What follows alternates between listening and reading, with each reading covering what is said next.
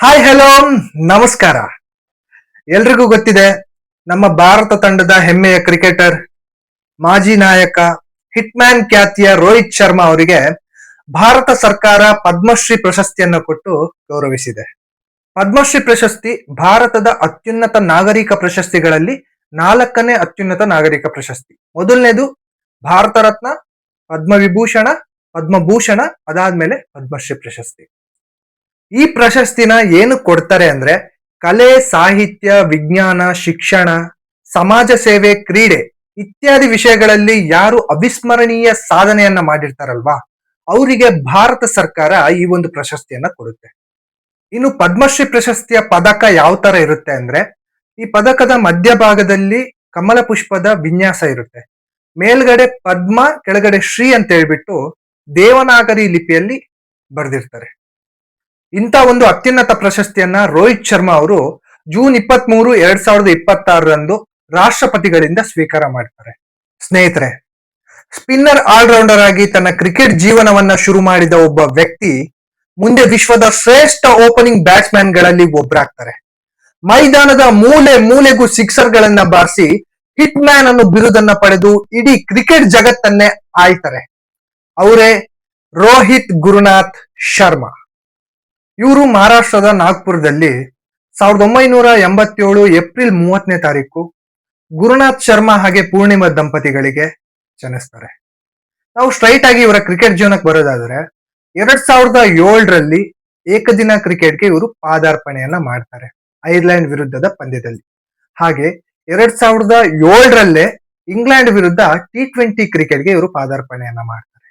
ಇನ್ನು ಟೆಸ್ಟ್ ಕ್ರಿಕೆಟ್ಗೆ 2013ರಲ್ಲಿ ಸಚಿನ್ ತೆಂಡೂಲ್ಕರ್ ಅವರ ಕೊನೆಯ ಟೆಸ್ಟ್ ಪಂದ್ಯ ಏನಾಗಿರುತ್ತೆ ಅಲ್ವಾ, ವೆಸ್ಟ್ ಇಂಡೀಸ್ ವಿರುದ್ಧ, ಆ ಒಂದು ಪಂದ್ಯದಲ್ಲಿ ರೋಹಿತ್ ಶರ್ಮಾ ಅವರು ಭಾರತದ ಟೆಸ್ಟ್ ಕ್ರಿಕೆಟ್ ತಂಡಕ್ಕೆ ಪಾದಾರ್ಪಣೆಯನ್ನ ಮಾಡ್ತಾರೆ. ಇವರು 2007ರಲ್ಲಿ ಪಾದಾರ್ಪಣೆ ಮಾಡಿದ್ರು ಕೂಡ ಇವರು ಭಾರತ ತಂಡದಲ್ಲಿ ಕಾಯಂ ಆಟಗಾರನಾಗಿ ಇರೋದಕ್ಕೆ ಸಾಧ್ಯ ಆಗಲ್ಲ. ಯಾಕಂದ್ರೆ ಆ ಕಾಲಘಟ್ಟದಲ್ಲಿ ಭಾರತ ತಂಡದಲ್ಲಿ ಘಟಾನುಘಟಿ ಸ್ಟಾರ್ ಪ್ಲೇಯರ್ ಗಳ ದಂಡೆ ಇತ್ತು. ವೀರೇಂದ್ರ ಸೆಹ್ವಾಗ್ ಅವರು, ಸಚಿನ್ ತೆಂಡೂಲ್ಕರ್ ಅವರು, ಗೌತಮ್ ಗಂಭೀರ್, ಸುರೇಶ್ ರೈನಾ, ಮಹೇಂದ್ರ ಸಿಂಗ್ ಧೋನಿ, ಹರ್ಭಜನ್ ಸಿಂಗ್, ಯುವರಾಜ್ ಸಿಂಗ್, ಜಹೀರ್ ಖಾನ್ ಅಂತ ಈ ತರ ಘಟಾನುಘಟಿ ಪ್ಲೇಯರ್ ಗಳಿದ್ದಾಗ ರೋಹಿತ್ ಶರ್ಮಾ, ವಿರಾಟ್ ಕೊಹ್ಲಿ ಅಂತ ಆಟಗಾರರಿಗೆ ಅವಕಾಶ ಆದ್ರೆ ಎಲ್ಲಿಂದ ಸಿಗ್ಬೇಕು? ಯಾರಾದ್ರೂ ಆಟಗಾರರಿಗೆ ಇಂಜುರಿ ಆದ್ರೆ ಅವರಿಗೆ ರೀಪ್ಲೇಸ್ಮೆಂಟ್ ಆಗಿ ರೋಹಿತ್ ಶರ್ಮಾ ಅಂತ ಆಟಗಾರರು ಟೀಮ್ ಇಂಡಿಯಾದಲ್ಲಿ ಆಡ್ತಾ ಇದ್ರು. ರೋಹಿತ್ ಶರ್ಮಾ ಅವರು ತಮಗೆ ಸಿಕ್ಕಂತ ಅವಕಾಶದಲ್ಲೇ ಸ್ಥಿರ ಪ್ರದರ್ಶನವನ್ನ ಕೊಟ್ಟು ಟೀಮ್ ಇಂಡಿಯಾದಲ್ಲಿ ಜಾಗ ಮಾಡ್ಕೊಳ್ತಾ ಹೋಗ್ತಾರೆ. ಹಾಗೆ 2007ರಲ್ಲಿ ಭಾರತ ತಂಡ ಮೊದಲನೇ ಸಲ T20 ವರ್ಲ್ಡ್ ಕಪ್ ಆಡಿದಾಗ ಆ ತಂಡದ ಸದಸ್ಯರಾಗಿದ್ರು. ಆ ವರ್ಷ ಭಾರತ ತಂಡ T20 ವಿಶ್ವಕಪ್ ನ ಕೂಡ ಗೆಲ್ಲುತ್ತೆ. ಪ್ರತಿಯೊಬ್ಬ ಕ್ರಿಕೆಟರ್ಗೂ ಕೂಡ ತಾನು ಏಕದಿನ ವಿಶ್ವಕಪ್ ಆಡಬೇಕು ಅನ್ನೋ ಒಂದು ಕನಸಿರುತ್ತೆ. ರೋಹಿತ್ ಶರ್ಮಾ ತನ್ನ ಸ್ಥಿರ ಪ್ರದರ್ಶನದ ಹೊರತಾಗಿಯೂ ಕೂಡ 2011ರ ಏಕದಿನ ವಿಶ್ವಕಪ್ ತಂಡದಲ್ಲಿ ಸ್ಥಾನವನ್ನ ಪಡ್ಕೊಳ್ಳೋದಕ್ಕೆ ಸಾಧ್ಯ ಆಗೋದಿಲ್ಲ. ಆದ್ರೆ 2012ರ ನಂತರ ಭಾರತ ತಂಡದಲ್ಲಿ ಒಂದು ಮಹತ್ತರ ಬದಲಾವಣೆ ಅನ್ನೋದು ಆಗ್ತಾ ಹೋಗುತ್ತೆ. ಲೆಜೆಂಡ್ ಪ್ಲೇಯರ್ ಗಳೆಲ್ಲ ಕೆಲವರು ರಿಟೈರ್ಮೆಂಟ್ ಕೊಡ್ತಾ ಹೋಗ್ತಾರೆ, ಕೆಲವರು ತಂಡದಿಂದ ಆಚೆ ಹೋಗ್ತಾರೆ. ಆಗ ಆಗಿನ ಭಾರತ ತಂಡದ ನಾಯಕ ಮಹೇಂದ್ರ ಸಿಂಗ್ ಧೋನಿ ಅವರು ಒಂದು ಪ್ರಯೋಗವನ್ನ ಮಾಡ್ತಾರೆ. ಆರಂಭಿಕನಾಗಿ ರೋಹಿತ್ ಶರ್ಮಾ ಅವರಿಗೆ ಬಡ್ತಿಯನ್ನ ಕೊಡಲಾಗುತ್ತೆ. ಅಲ್ಲಿ ತನಕ ರೋಹಿತ್ ಶರ್ಮಾ ಅವರು ಮಧ್ಯಮ ಕ್ರಮಾಂಕದಲ್ಲಿ ಆಡ್ತಾ ಇರ್ತಾರೆ.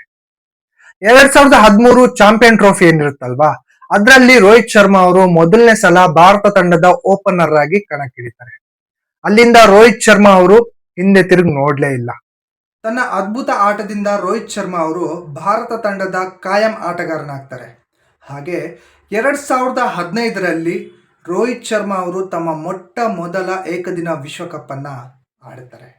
2019ರ ವಿಶ್ವಕಪ್ ರೋಹಿತ್ ಶರ್ಮಾ ಪಾಲಿಗೆ ನಿಜವಾಗ್ಲೂ ಅವಿಸ್ಮರಣೀಯ ವಿಶ್ವಕಪ್ ಅಂತಾನೆ ಹೇಳ್ಬೋದು. ಯಾಕಂದ್ರೆ ಈ ವಿಶ್ವಕಪ್ ಅಲ್ಲಿ ರೋಹಿತ್ ಶರ್ಮಾ ಬರೋಬ್ಬರಿ 5 ಸೆಂಚುರಿಗಳನ್ನ ಸಿಡಿಸ್ತಾರೆ. ಭಾರತ ವಿಶ್ವಕಪ್ ಗೆಲ್ಲದೆ ಹೋದ್ರೂ ಕೂಡ ವೈಯಕ್ತಿಕವಾಗಿ ರೋಹಿತ್ ಶರ್ಮಾ ಅವರ ಪ್ರದರ್ಶನ ಅವ್ರಿಗೆ ಸಮಾಧಾನವನ್ನ ಕೊಟ್ಟಿರುತ್ತೆ.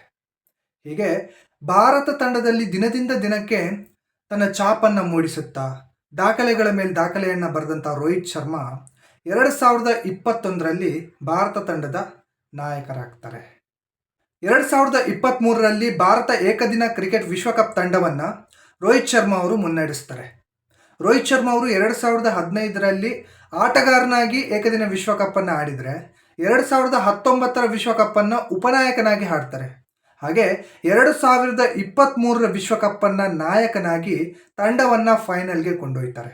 ಇನ್ನು 2024 T20 ವರ್ಲ್ಡ್ ಕಪ್ನಲ್ಲಿ ಭಾರತ ರೋಹಿತ್ ಶರ್ಮಾ ಅವರ ಕ್ಯಾಪ್ಟನ್ಶಿಪ್ ಅಲ್ಲಿ ಚಾಂಪಿಯನ್ ಆಗುತ್ತೆ. ಹಾಗೆ ಇವರು 2025 ಚಾಂಪಿಯನ್ ಟ್ರೋಫಿ ಟೂರ್ನಮೆಂಟ್ನ ಕೂಡ ಗೆಲ್ಲಿಸ್ಕೊಟ್ಟಂತ ನಾಯಕ.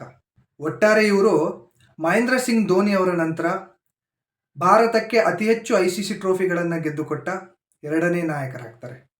ಏಕದಿನ ಕ್ರಿಕೆಟ್ನಲ್ಲಿ 11,500ಕ್ಕೂ ಅಧಿಕ ರನ್ನನ್ನು ಸಿಡಿಸಿರುವಂಥ ರೋಹಿತ್ ಶರ್ಮಾ ಅವರು ಬರೋಬ್ಬರಿ 33 ಶತಕವನ್ನು ಸಿಡಿಸಿದ್ದಾರೆ. ವಿರಾಟ್ ಕೊಹ್ಲಿ, ಸಚಿನ್ ತೆಂಡೂಲ್ಕರ್ ನಂತರ ಭಾರತದ ಪರವಾಗಿ ಅತಿ ಹೆಚ್ಚು ಶತಕ ಸಿಡಿಸಿರೋರು ಯಾರು ಅಂದರೆ ಅದು ರೋಹಿತ್ ಶರ್ಮಾ. ಇನ್ನು T20 ಕ್ರಿಕೆಟಲ್ಲಿ ಬರೋಬ್ಬರಿ 5 ಶತಕವನ್ನು ಗಳಿಸಿದ್ದಾರೆ. ಹಾಗೆ ಟೆಸ್ಟ್ ಕ್ರಿಕೆಟ್ನಲ್ಲಿ 12 ಶತಕವನ್ನು ಗಳಿಸಿದ್ದಾರೆ. ಒಟ್ಟಾರೆಯಾಗಿ ಇಂಟರ್ನ್ಯಾಷನಲ್ ಕ್ರಿಕೆಟಲ್ಲಿ ಬರೋಬ್ಬರಿ 50 ಶತಕವನ್ನು ರೋಹಿತ್ ಶರ್ಮಾ ಅವರು ಗಳಿಸಿದ್ದಾರೆ.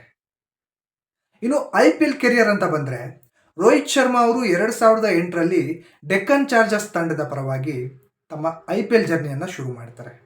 2011ರಲ್ಲಿ ರೋಹಿತ್ ಶರ್ಮಾ ಅವರು IPLನ ಸ್ಟಾರ್ ತಂಡವಾದ ಮುಂಬೈ ಇಂಡಿಯನ್ಸ್ ತಂಡಕ್ಕೆ ಬರ್ತಾರೆ. ಹಾಗೂ 2013ರಿಂದ 2023 ತನಕ ಮುಂಬೈ ಇಂಡಿಯನ್ಸ್ ತಂಡದ ನಾಯಕರಾಗಿರ್ತಾರೆ. ಇವರ ನಾಯಕತ್ವದಲ್ಲಿ ಮುಂಬೈ ಇಂಡಿಯನ್ಸ್ ಬರೋಬ್ಬರಿ 5 ಬಾರಿ ಚಾಂಪಿಯನ್ ಆಗುತ್ತೆ. IPL ಇತಿಹಾಸದಲ್ಲಿ 5 ಬಾರಿ ಕಪ್ ಗೆದ್ದ ಮೊದಲ ನಾಯಕ ರೋಹಿತ್ ಶರ್ಮಾ. ಕ್ರಿಕೆಟ್ ಜಗತ್ತಲ್ಲಿ ತನ್ನದೇ ಆದ ಛಾಪನ್ನು ಮೂಡಿಸಿ ಭಾರತದ ಯಶಸ್ವಿ ನಾಯಕರಲ್ಲಿ ಒಬ್ಬರಾದಂತಹ ರೋಹಿತ್ ಶರ್ಮಾ ಅವರು 2024 T20 ವರ್ಲ್ಡ್ ಕಪ್ ನಂತರ T20 ಕ್ರಿಕೆಟ್ಗೆ ವಿದಾಯವನ್ನು ಘೋಷಿಸ್ತಾರೆ. ಹಾಗೆ 2025ರಲ್ಲಿ ಟೆಸ್ಟ್ ಕ್ರಿಕೆಟ್ಗೆ ವಿದಾಯವನ್ನು ಘೋಷಿಸ್ತಾರೆ. ಪ್ರಸ್ತುತ ರೋಹಿತ್ ಶರ್ಮಾ ಅವರು ಏಕದಿನ ಕ್ರಿಕೆಟನ್ನು ಮಾತ್ರ ಆಡ್ತಾ ಇದ್ದಾರೆ. ಈಗ ಅವರು ತಮ್ಮ ಕ್ರಿಕೆಟ್ ಕರಿಯರ್ನ ಅಂತಿಮ ಘಟ್ಟದಲ್ಲಿದ್ದಾರೆ. ಬರೋಬ್ಬರಿ 19 ವರ್ಷಗಳ ಕಾಲ ಭಾರತ ತಂಡವನ್ನು ಪ್ರತಿನಿಧಿಸಿರುವಂತಹ ರೋಹಿತ್ ಶರ್ಮಾ ಅವರಿಗೆ ಮುಂದಿನ ಪಂದ್ಯಗಳು ಅವಿಸ್ಮರಣೀಯವಾಗಿರಲಿ ಅಂತ ಹೇಳ್ತಾ, ಹಾಗೆ ಪದ್ಮಶ್ರೀ ಪ್ರಶಸ್ತಿಯನ್ನು ಪಡ್ಕೊಂಡಿದ್ದಕ್ಕೆ ಕಂಗ್ರ್ಯಾಚುಲೇಷನ್ ಅಂತ ಹೇಳ್ತಾ ಈ ವಿಡಿಯೋನ ಮುಗಿಸ್ತಾ ಇದ್ದೀವಿ. ಹಾಗೆ ರೋಹಿತ್ ಶರ್ಮಾ ಫ್ಯಾನ್ಸಿಗೆ ಈ ವಿಡಿಯೋ ಮೂಲಕ ಒಂದು ಕ್ವಶನ್ ಇದೆ. ರೋಹಿತ್ ಶರ್ಮಾ ಅವರು IPL ಇತಿಹಾಸದಲ್ಲಿ ಯಾವ ತಂಡದ ವಿರುದ್ಧ ಹ್ಯಾಟ್ರಿಕ್ ವಿಕೆಟನ್ನು ಪಡ್ಕೊಂಡಿದ್ದಾರೆ? ರೋಹಿತ್ ಶರ್ಮಾ ಫ್ಯಾನ್ಸ್ ಬೇಗ ಬೇಗ ಕಮೆಂಟ್ ಮಾಡಿ. ವಿಡಿಯೋ ಇಷ್ಟ ಆಗಿದ್ರೆ ಲೈಕ್ ಮಾಡಿ, ಶೇರ್ ಮಾಡಿ, ಸಬ್ಸ್ಕ್ರೈಬ್ ಮಾಡಿ. Thank you.